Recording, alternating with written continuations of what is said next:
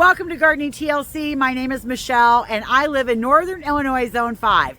We are going to finish up our last big planting of the year outside of bulbs. So come along today, join us as we put some really fun perennials in the ground, and we're going to create another new area that's going to create some privacy for me on the property. All right, you ready? Come on.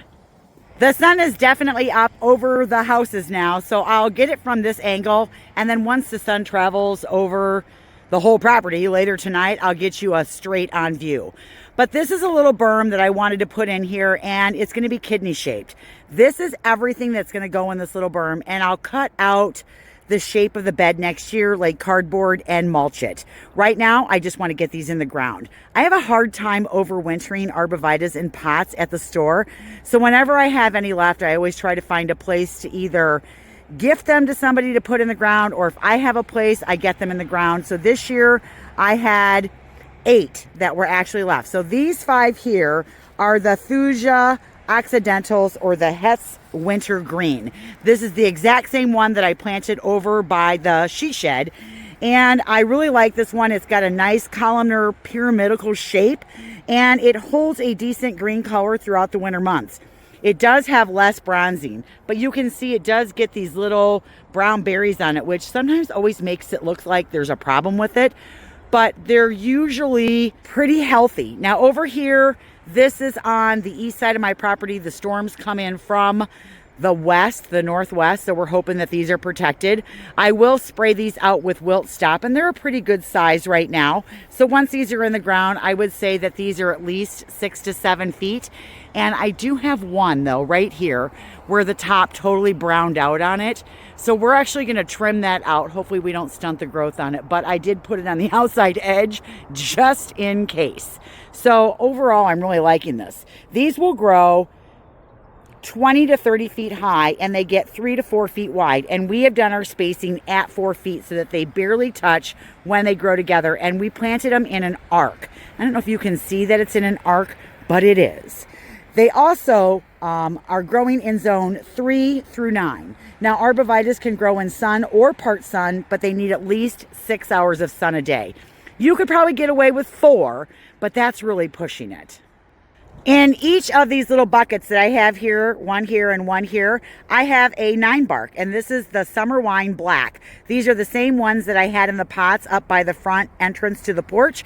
They sat there all summer. They were fabulous, but when they were done and I was ready to flip out my pots for fall, I dug them up and I put them in these little tubs, and I've kept them watered. Now, they did defoliate, but I looked at the root system and they still look really good.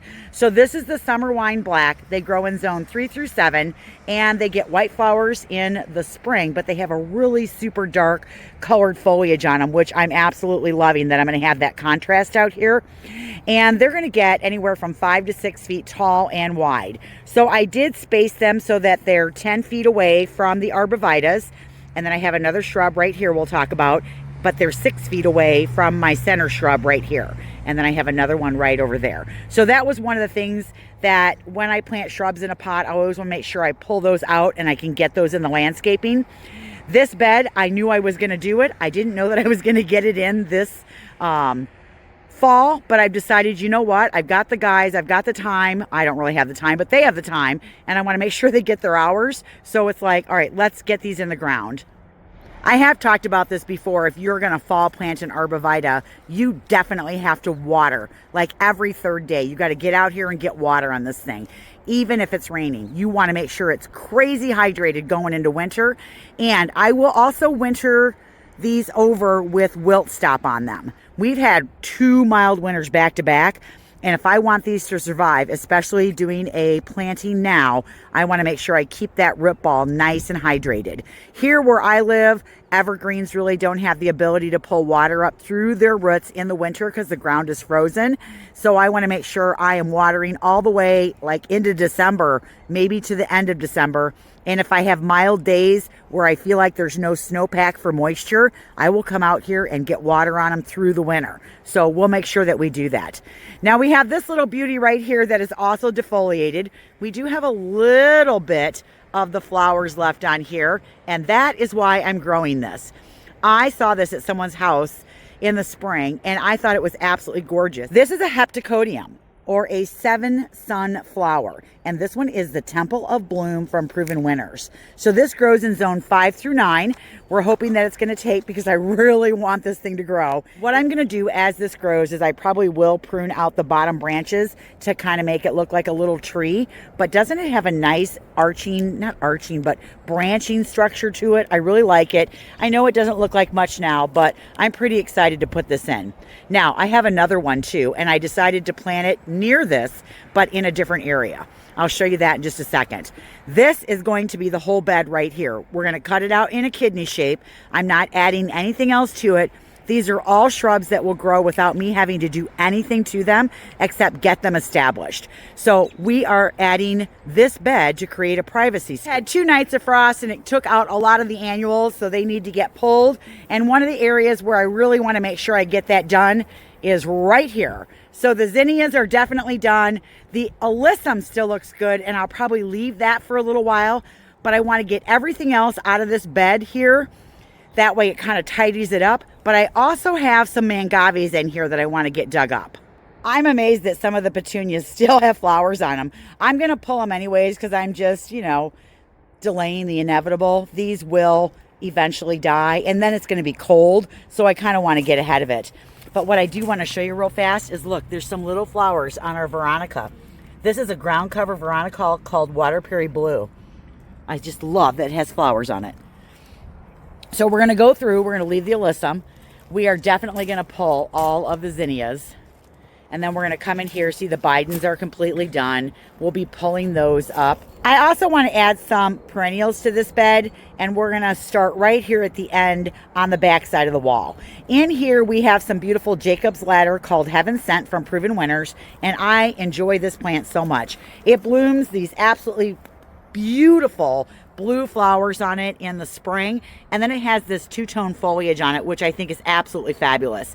I also have foxglove intermixed in this bed, and I'm hoping that the foxglove, which has been blooming on and off all summer, threw seeds all over, and we'll have a crop of new ones next year that will grow and then flower the following year. So I will add foxglove again into this bed next year so that we kind of have a cycle for 2 years, because foxglove is a biannual. And what that means is the mother plant grows the first year, it doesn't flower. It dies back to the ground, and then the second year it grows up, it flowers, and then sets seed, and then the mother plant dies, and you hope all the seeds become babies, and you have this cycle that just perpetuates itself in your garden. Now, I am going to be adding sneezeweed in here, and I'm going to be using the Mardi Gras. This is a helenium, and even though it's in a Proven Winner pot, this is not a Proven Winner plant. So what happened was I bought these as plugs.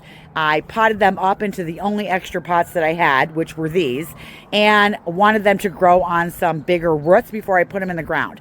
Now, my goal was that I get them in the ground a lot sooner than I did, but here they are today, and we're going to get them in the ground. We have 7 of them. These grow in zone 4 through 8. They bloom usually around the middle of August, and then a lot of times they'll bloom into October. These get 36 to 40 inches high, and you want to space them right around 25 inches apart. So you can see I've got them spaced pretty well in here, but I want some fall color in here. Even though I love what's here, I want the next season blooming as well. All right, coming down the bed, we're going to come down here, and I already pulled the coleus that were in here, and I had a pot that was up on a stand, and I pulled that already as well and put the pot away for the winter. Now I want to add some permanent things in here, and so I am going to do a mass drift in here of alliums. And again, these are not Proven Winner alliums. This was just the pot that I had available when I bought the plugs to grow them up with more roots. So this one here is the Summer Beauty. The Summer Beauty is one of the summer alliums that blooms first. It's a little bit taller than the Millennium or the Serendipity, and it's got a lighter purple billy ball on it. These guys grow in zone 5 through 8. They want full sun, which they'll get over here, 12 to 24 inches high. And even though it says 12 inches wide, I think these get a little bit wider, but I want a big mass of those growing over here. Now, I will be planting some bulbs in here later. So this is foliage that will grow up because it comes up early in the spring to hide the dying back foliage of whatever, you know, spring bulb I put in here. So that will look really awesome. Now I also had 4 daisies left, and these are daisies that we put over around the east side of the she shed when we did that fall glow up. So you know what? I'm going to put them in here, and I'm going to put them around my rose obelisk that I put in here, and I'm growing a clematis on here. And so this is the Shasta daisy called Sante. It's got a really fluffy flower on it, and you can see I just have 4 of them in there. And this is going to bloom late spring to late summer. It is 22 to 26 inches high. You space them 20 to 24 inches, and it gets this really pretty fluffy white daisy on it. Zone 4 through 9. So I only had 4, and I just got those in the ground. All right, if we slide down this way, I planted some more.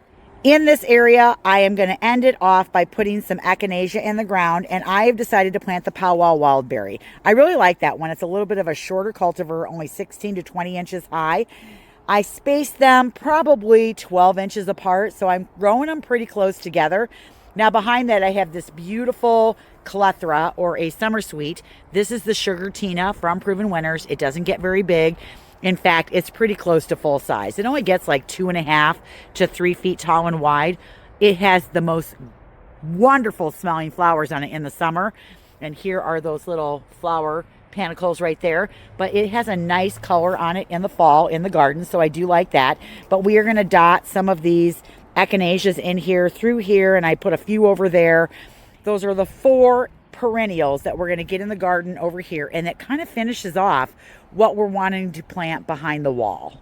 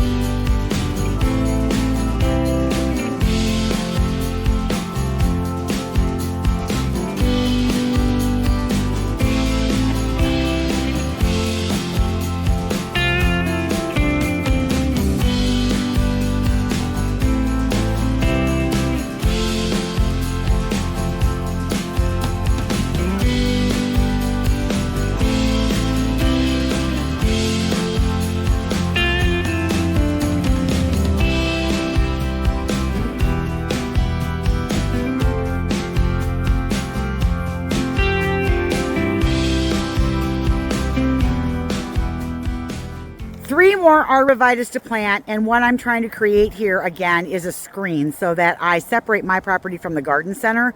There used to be blue spruce that grew through here, but they were diseased when we moved in and we took them all out. So I've slowly been creating this screen over here so that in 10 years this will all be covered and I won't be able to see the garden center. So we have 3 more arborvitaes. These are the Fuchsia nigras. So a little bit different than the ones up front. These get a little bit taller, anywhere from 20 to 30 feet tall. They get 4 to 5 feet wide, and we are planting them here to fill in the holes to create the rest of the screen blocking the garden center.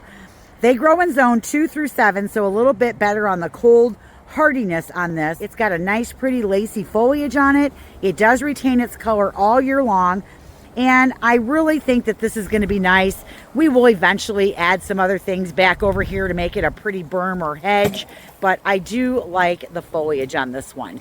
And so we've got 3 of them. That's all we've got left, but it's going to finish out creating a screen here for me. So the guys are going to get these in the ground, get them watered. We're just going to mulch around the base of them so that they're all tucked in for winter, and we'll just keep them watered just like the other ones that we just planted up front.